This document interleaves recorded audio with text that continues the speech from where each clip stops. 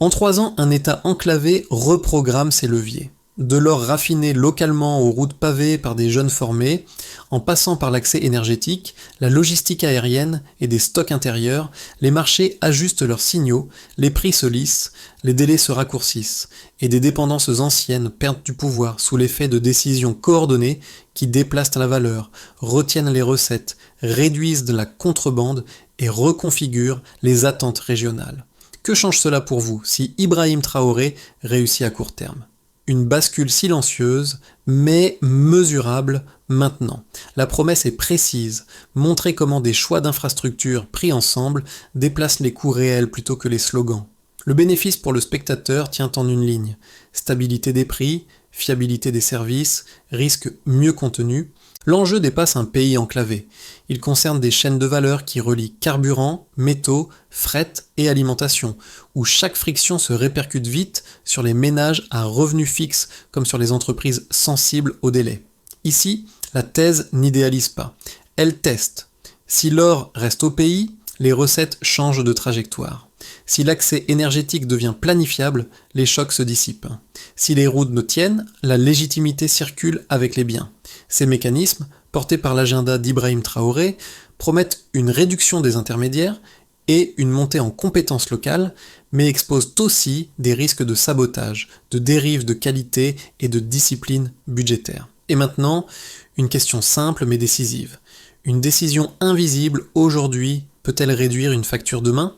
Pour y répondre, il faut examiner données, séquences et contre-arguments sans romantisme ni procès d'intention. Voici ce qui surprend. En moins d'un cycle politique, un pays enclavé a déplacé plusieurs pointes de pression économique au lieu d'en multiplier les projets. Comparé au schéma antérieur, la valeur retenue localement progresse tandis que les délais logistiques se contractent, ce qui modifie les signaux de prix observés par les marchés régionaux. Le contexte éclaire ce basculement. Pendant des années, l'extraction minière alimentait des sorties rapides de valeur, avec un raffinage externe et une faible capture fiscale. En retenant le traitement de l'or sur le sol national, l'État force une relecture des flux, plus de traçabilité, moins de contrebande, et une base de recettes moins volatile. Les fonds sensibles à l'or, les bijoutiers et les acteurs couverts par des lingots perçoivent ce déplacement, car le contrôle du raffinage change la formation des prix et la confiance contractuelle. En parallèle, l'accès énergétique cesse d'être une mendicité structurelle. L'idée n'est pas l'autarcie, mais la planification. Des passerelles côtières sécurisées, des stocks intérieurs dimensionnés pour amortir des chocs et une logique de judo de chaîne d'approvisionnement qui réduit le pouvoir des intermédiaires. Le temps de transport baisse, la volatilité s'apaise et les secteurs critiques gagnent en continuité. Les routes complètent la séquence. La construction par des équipes locales formées crée une capacité cumulative. Chaque kilomètre ajoute des compétences, stabilise des services et renforce une légitimité quotidienne. Les routes déplacent des biens, mais aussi des attentes. Elles rendent l'État ponctuel et mesurable. Enfin, la mobilité aérienne et l'infrastructure associée transforment la visibilité de la souveraineté. Une compagnie relancée et un aéroport pensé pour le trafic futur signalent une ambition de fiabilité plutôt que d'effet d'annonce. Sous Ibrahim Traoré, l'angle n'est pas héroïque, il est mécanique. Chaque levier est imparfait seul. Ensemble, ils composent une chaîne causale où la dépendance recule et où la compétence devient l'arbitre. La question n'est plus la grandeur des promesses, mais la tenue des systèmes face aux frictions. Pour comprendre les effets précoces, il faut suivre des personnes plutôt que des plans. Awa, opératrice de compacteurs à Ouagadougou, n'est pas un symbole abstrait. Elle incarne une capacité en train de se former. Formée, équipée et payée pour paver une route menant à une clinique, elle apprend à lire le sol, à corriger une faiblesse, à transmettre un geste. Chaque passage consolide non seulement l'asphalte, mais aussi une chaîne de savoir-faire qui se reproduit. Cet impact est immédiat. Une infirmière arrive pendant la saison des pluies, un enseignant n'annule plus un cours, un commerçant réduit les pertes liées au transport. Ces gains ne font pas les gros titres, pourtant ils déplacent moins la confiance. La route devient un service fiable, donc un vote silencieux en faveur de l'État. Un second guide éclaire l'autre extrémité de la chaîne. Rose, retraité vivant avec un revenu fixe, observe les cours de l'or et les prix du carburant. Elle ne suit pas la politique, elle suit des factures. Quand les délais se raccourcissent et que la volatilité s'atténue, son budget respire. Le lien entre Awa et Rose n'est pas narratif, il est logistique. Des décisions locales, lorsqu'elles retiennent la valeur et stabilisent l'approvisionnement, traversent l'Atlantique sous forme de signaux de prix. Sous l'impulsion d'Ibrahim Traoré, ces impacts précoces testent une hypothèse simple. La compétence quotidienne peut précéder la diplomatie. Les avions remis en service comptent moins que l'écosystème de maintenance. Les kilomètres pavés comptent moins que les équipes capables d'en paver d'autres. Au bout du compte, une idée domine. La fiabilité vécue précède la crédibilité déclarée. Avant, la trajectoire était fragmentée. Les métaux sortaient bruts, l'énergie arrivait par à-coups, les routes cédaient sous la saison des pluies et la mobilité aérienne signalait une dépendance coûteuse. Puis, le déclenchement intervient. Une décision de retenir la valeur, suivie d'une orchestration de chantiers qui déplacent les points de contrôle plutôt que d'empiler des annonces. La première phase est celle du verrouillage amont. Le traitement de l'or à domicile impose des normes, ralentit les fuites et rend la fiscalité lisible. Ce n'est pas un geste isolé. Il force des ajustements en aval. Les acteurs habitués à l'extraction rapide perdent des marges, tandis que l'État gagne un calendrier. La réponse des marchés est graduelle, mais observable. Les signaux se stabilisent, les anticipations s'alignent. La seconde phase accélère avec l'énergie. L'accès cesse d'être une supplique permanente pour devenir une variable planifiée. Des passerelles côtières sécurisées et des stocks intérieurs dimensionnés réduisent l'exposition aux grèves et aux incidents. Le transport se raccourcit, la volatilité se détend et les secteurs critiques gagnent en continuité. C'est ici que la chaîne d'approvisionnement se retourne. Moins d'intermédiaires, plus de contrôle et une discipline nouvelle sur les délais. Vient ensuite le point culminant, visible et risqué. Les routes passent de promesses à production. Des équipes locales, formées et équipées, pavent des kilomètres qui tiennent. Chaque chantier est une école. Chaque erreur corrigée devient un standard. Les bénéfices s'additionnent. Service ponctuel, coût réduit, légitimité accrue. La vitesse est volontairement contenue pour éviter l'érosion de qualité, car une route qui craque annule la confiance qu'elle devait bâtir. La mobilité aérienne complète l'ensemble. La remise en service d'avions et la préparation d'un aéroport adapté au trafic futur signalent une ambition de fiabilité. Ici, la maintenance compte plus que la peinture. Les droits de créneau, la formation des pilotes et les procédures de sécurité transforment un symbole en système. Les assureurs posent des questions techniques. Les réponses engagent la crédibilité. Sous Ibrahim Traoré, la séquence n'est pas linéaire. Elle est coordonnée. Chaque levier renforce l'autre. Le carburant fiable soutient les chantiers. Les routes réduisent les coûts logistiques. La valeur retenue finance l'entretien. Le cercle vertueux reste fragile car il attire des frictions, sabotage, contestation, pression financière. La rémanence se joue alors dans la discipline quotidienne. Après le pic, les effets persistent. Les délais raccourcis deviennent des habitudes, les équipes formées transmettent. Les budgets s'ajustent à des recettes moins volatiles. Ce sont ces rémanences qui séparent un événement d'un modèle. La question n'est plus ce qui a été lancé, mais ce qui tiendra lorsque l'attention se détournera. À la base, on trouve une économie enclavée, exposée à des chocs fréquents, où la valeur sort vite et où les coûts logistiques se répercutent sans amortisseur. Dans ce cadre, la variabilité domine.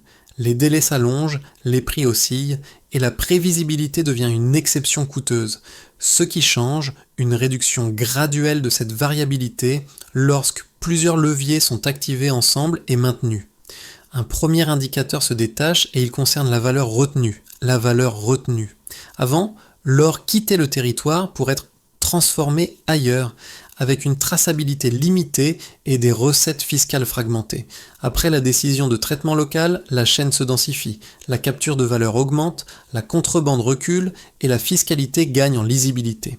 L'effet mesurable n'est pas un pic instantané, mais une pente plus régulière des recettes et une confiance contractuelle renforcée.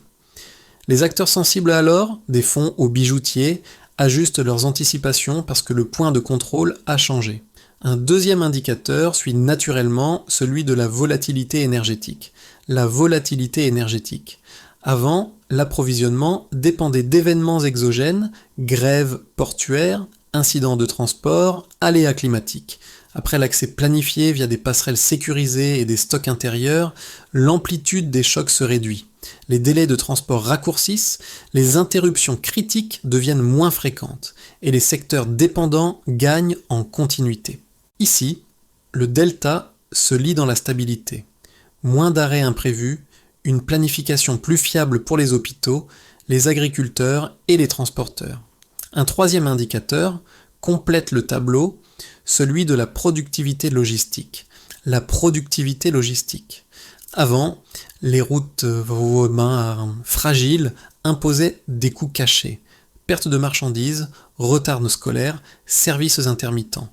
Après la montée en capacité locale, chaque kilomètre pavé par des équipes formées ajoute un capital humain cumulatif. Le changement se mesure par la ponctualité retrouvée, la réduction des pertes et la circulation accrue des services. La légitimité devient mesurable parce qu'elle s'exprime en résultats répétés. Ces deltas ne sont pas isolés, ils se renforcent. La valeur retenue finance l'entretien. L'énergie stable soutient la production. Les routes fiables abaissent les coûts et accélèrent les flux. La mobilité aérienne, lorsqu'elle est adossée à une maintenance rigoureuse, réduit l'incertitude et élargit l'accès. Les assureurs et les prêteurs lisent ces signaux comme des preuves de maturité opérationnelle. Sous Ibrahim Traoré, la logique est celle d'un tableau de bord plutôt que d'un slogan. Chaque indicateur a un niveau de base, un changement attendu et un test de tenue dans le temps. Les risques demeurent, dérives de qualité, pression budgétaire, tentatives de sabotage. C'est pourquoi l'interprétation quantitative privilégie la tendance à la performance ponctuelle. La conclusion de cette section est simple. Quand la variabilité baisse, la dignité augmente. Les ménages vulnérables sont protégés des pics, les entreprises planifient et l'État gagne en crédibilité parce que ces systèmes tiennent. Le delta le plus décisif n'est pas un chiffre isolé.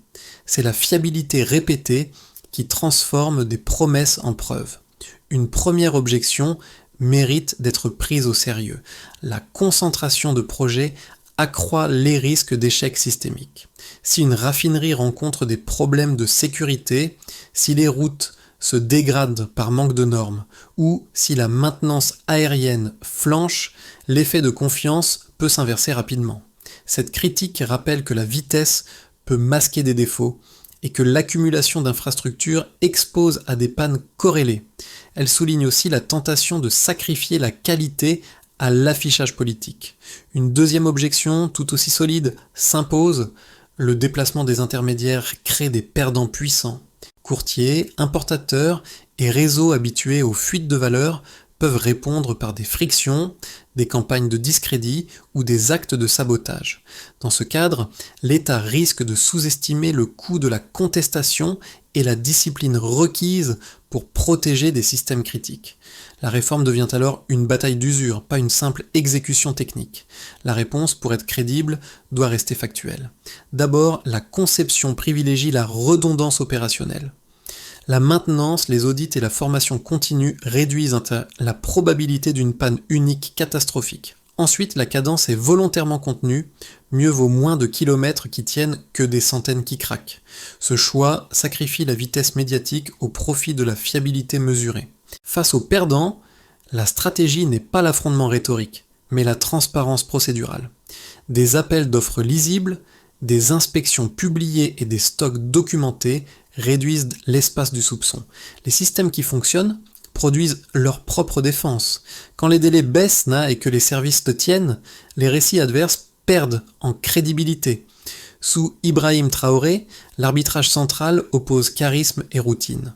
Le premier mobilise, la seconde protège, la réforme gagne si la routine l'emporte. Cela implique des coûts politiques immédiats, une exposition accrue aux critiques et une discipline administrative qui résiste aux pressions familiales et partisanes. La synthèse est exigeante. Les objections restent valides tant que la preuve n'est pas répétée. La réponse ne promet pas l'absence d'échec, elle promet des systèmes capables d'absorber des chocs. C'est cette capacité d'absorption, plus que l'ambition affichée, qui déterminera si la réforme se stabilise ou se retourne. À ce stade, le cœur du modèle devient clair. Ce n'est ni l'or seul, ni les routes seules, ni l'énergie prise isolément.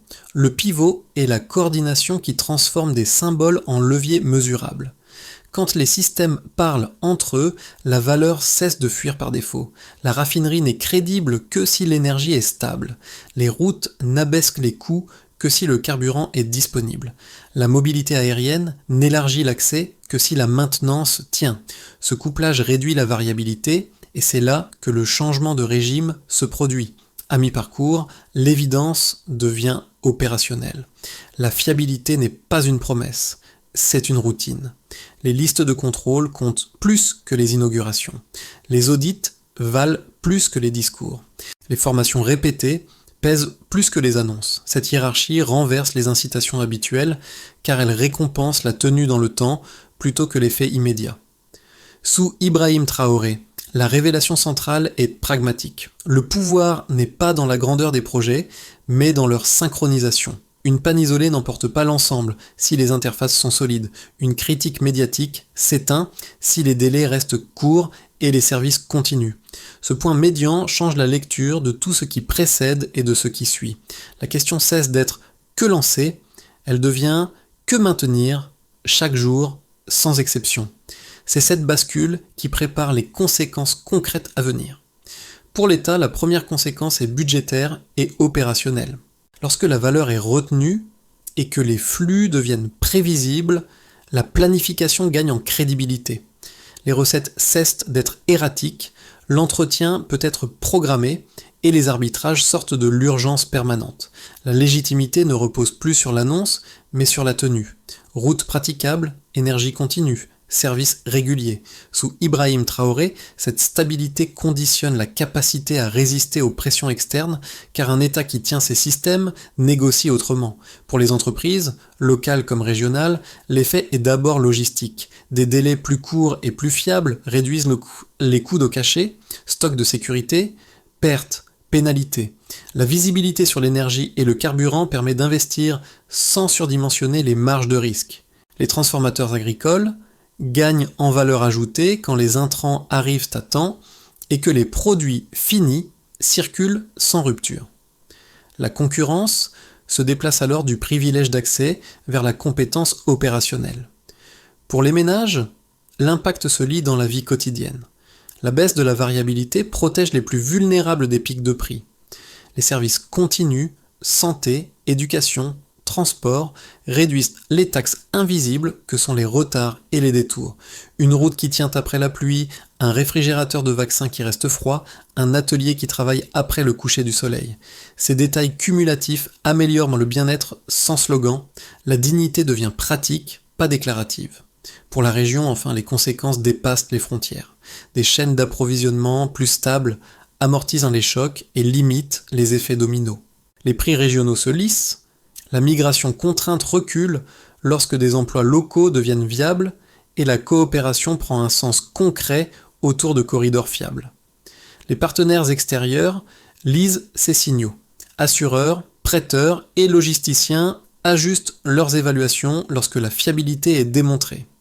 Ces effets ne sont pas automatiques. Ils exigent une discipline continue et une transparence qui résistent aux frictions. Les perdants de l'ancien système contestent, testent, parfois sabotent. La réponse n'est pas la surenchère, mais la répétition des preuves. Délais tenus, audits publiés, formations renouvelées. La synthèse est claire.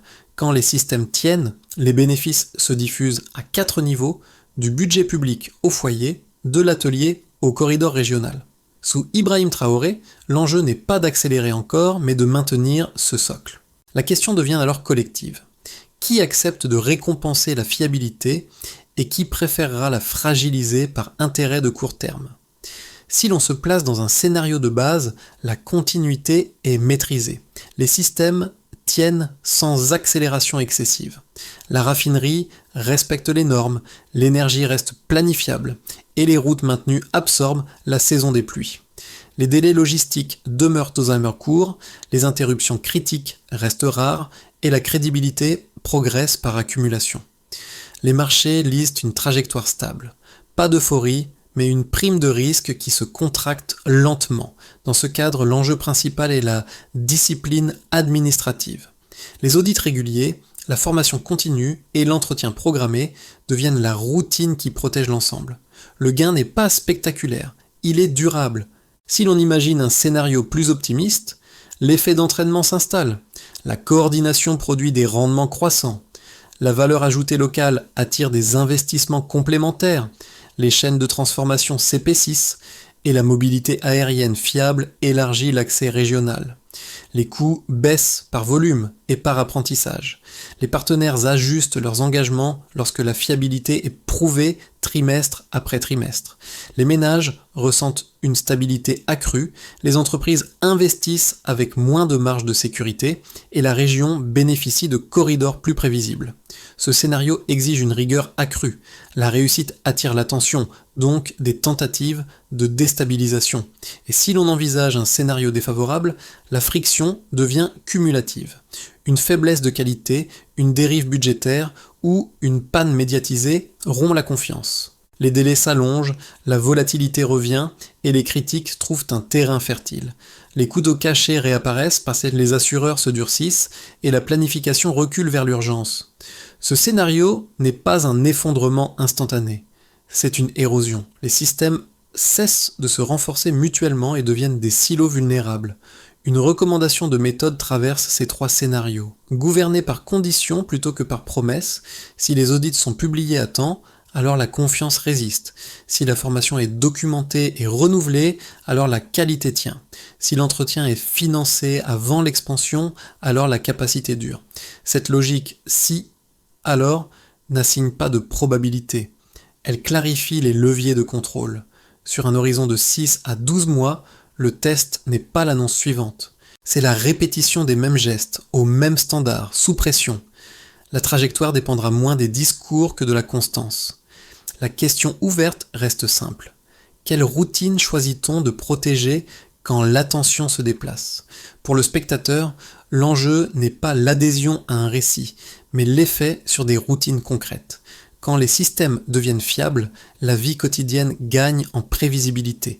Les ménages sensibles au prix ressentent d'abord la baisse de la variabilité. Moins de pics soudains, des budgets plus lisibles, des décisions prises sans l'angoisse du prochain choc. La stabilité n'est pas un luxe, c'est un amortisseur. Pour les petites entreprises et les indépendants, la continuité change la prise de risque.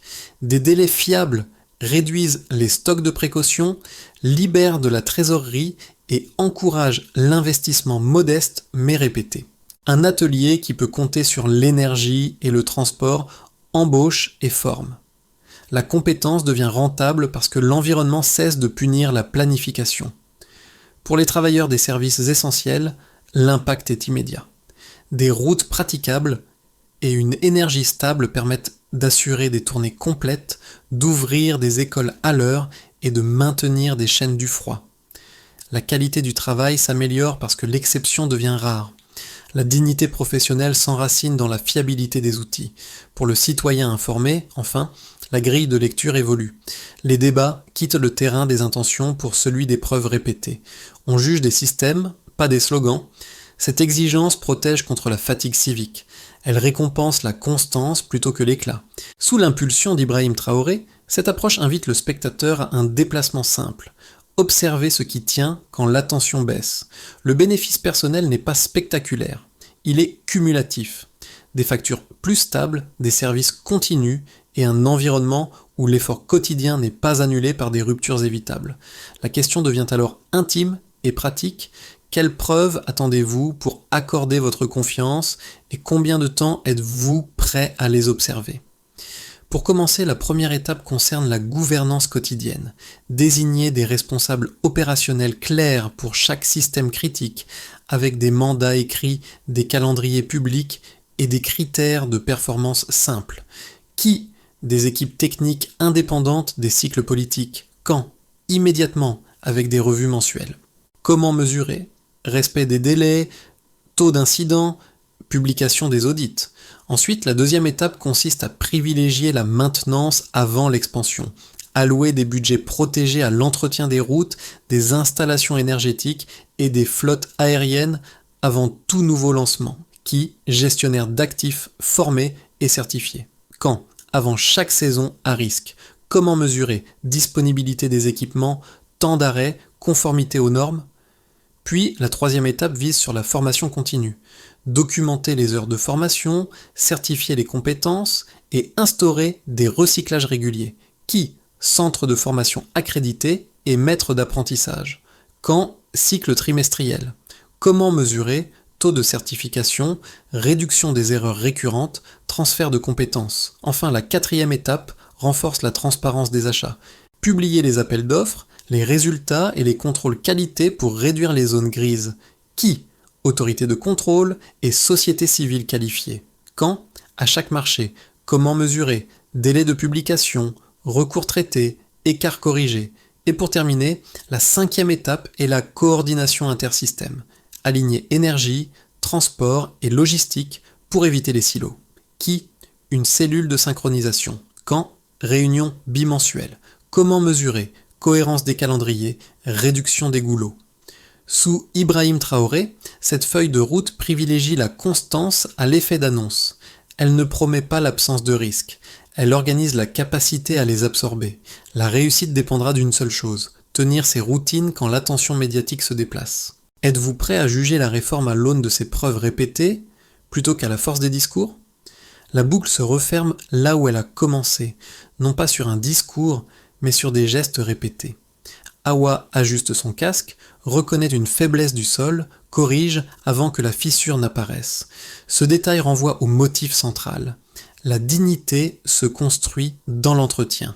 Rose, à des milliers de kilomètres, ne voit ni les chantiers ni les réunions.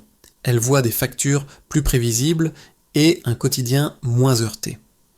Le lien entre ces deux vies n'est pas sentimental, il est systémique. Ce rappel éclaire la portée du projet. Les symboles comptent, mais ils n'achètent pas la confiance. Ce sont les routines qui la gagnent. Une route qui tient après la pluie, une chaîne du froid qui ne rompt pas, un vol qui part à l'heure parce que la maintenance a été faite sans compromis. Ces scènes modestes forment un récit plus robuste que n'importe quelle proclamation.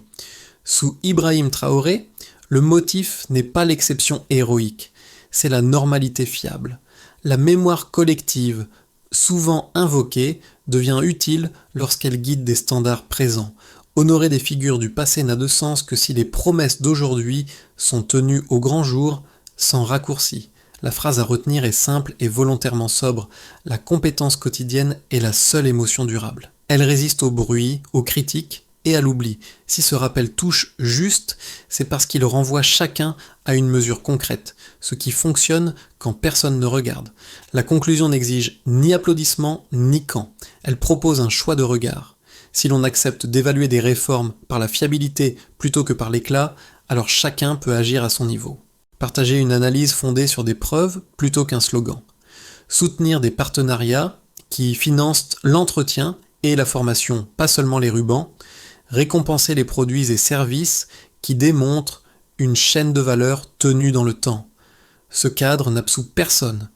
Il élève l'exigence. Il demande aux décideurs de publier, aux opérateurs de maintenir et aux observateurs de juger avec patience.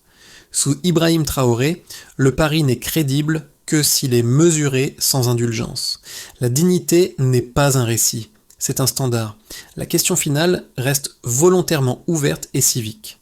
Quand des systèmes tiennent, que choisissez-vous de reconnaître? L'annonce qui passe ou la routine qui dure? Et si la fiabilité devient le critère commun, êtes-vous prêt à attendre les preuves répétées, à les comparer, puis à ajuster votre soutien en conséquence?